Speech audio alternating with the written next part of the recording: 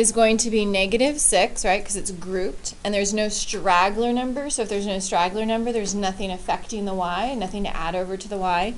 So that would be 0. So I know I need to go left 6, so I'm going to make my y-axis over here somewhere. And so left 6, so 1, 2, 3, 4, 5, 6. So -6, 0. So there's my vertex. Okay. And so now when I think about, okay, for my t-table, I need to come up with a number that I know the square root of, right? I want to use a number that I know the square root of. So one thing as far as like, here's a little tip, is that if I choose the number just to the right of my vertex, that will always work. So a number just to the right of my vertex is -5, right? If I'm at -6, a number that will always work is -5. Okay, that will always work. So 0.1 can always be just one number to the right.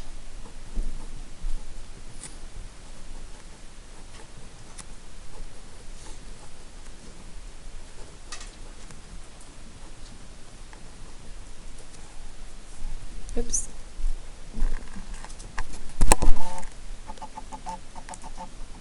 So then if I put -5 in here, I'll have -5 plus 6, which is the same as 6 minus 5. And so that will be just the square root of 1, which is 1.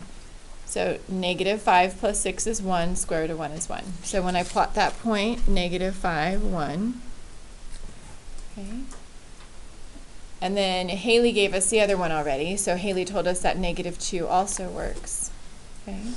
So if I put in -2, so 6 minus 2, that's the same thing, right, is 4. Square root of 4 is 2. So -2, 2. Okay. And that's all I need, right? So someone else had another one. Someone else used 3 because they knew the square root of 9, right? So 3, I could have done that as well. So I'm going to write that one even though we only need to have 2 points.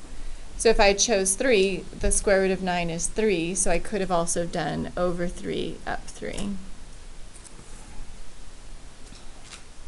So for point 2, I will always work if I go 1, 2, 3, 4 points to the right, just because of the way everything is shifting, right? So if I count 1, 2, 3, 4, that number will always work as well. So point 2 can always be 4 spaces, or 4 numbers to the right. So if you can't think of the numbers yourself, that's one thing you can always do. So just because of the vertex and the parent function, how it's 1 away, 4 away, because we know the square root of 1, we know the square root of 4, I can just use that parent function idea and count to figure out those numbers as well. And so then when I graph it, it's here. Okay. And then here's another little thing that we should know as well. So this is going back to our parabola days and our stretches, that if this was what is our stretch on this? Started to tell you, but what is our stretch on this? So if I look at this function right here, right?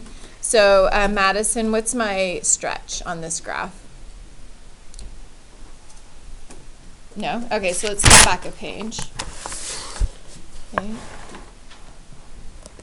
So on this box right here, remember our stretches are a, so a is the number in front of the square root. Okay, so a is the number in front of the square root. And if there's not a square, or not a number, Madison, what can we say it is? We can say it's 1. Okay, good job.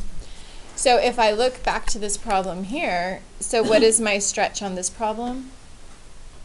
1, right? Because there's nothing in front of the square root. So if I go from my vertex, do you remember how we use the stretch to find another point? Does anybody remember that? Jeremiah, do you remember how do we use the stretch to find another point if it was 1? Are you drawing a blank? So stretch and slope are kind of the same thing.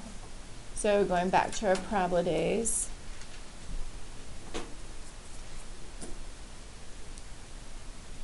you remember slope? Here, let me give you a problem. I bet you do remember. You're just drawing a blank. Okay, so let's say I have y equals, say, 2x plus 4 or something like that. So I know for my graph, wherever my vertex is, right? So say here, or not vertex, but our shift, so 4. How would I use the 2? That's my slope, right? So if my slope is 2, what do I do from the first point to find another point?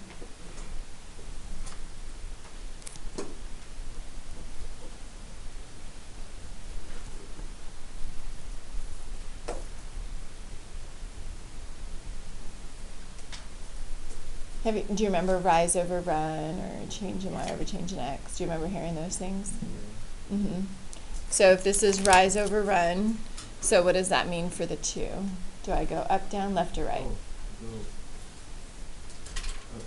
And then, oh yeah, so you got it, right? You just didn't know that was what I was asking, huh? Yeah, so we just go up 2 over 1. That was finds me my second point. So on this one, if my stretch is 1, so from my vertex, what can I do to find another point? I can go up 1 over 1. Now, can I do that to find a second point? No, right? For parabolas or any nonlinear function, it only works for the first point, right? So I can go up 1 over 1, okay? All right, so there's that. Okay, so then I want you guys to do the last one. I want you to do question number 5. So I want you to do number 5. So this is the last book problem you have to do for your homework, so we're going to do this one. So now, just to kind of, we're going to do the stretch shortcut. So if the stretch is 1/2, does that mean I go up 1 over 2? Now we're thinking about parabolas, not lines. No, do you guys remember that? For parabolas, we can't go up 1 over 2. We have to go up 1/2 over 1. Okay? All right, so you guys do number 5 for me.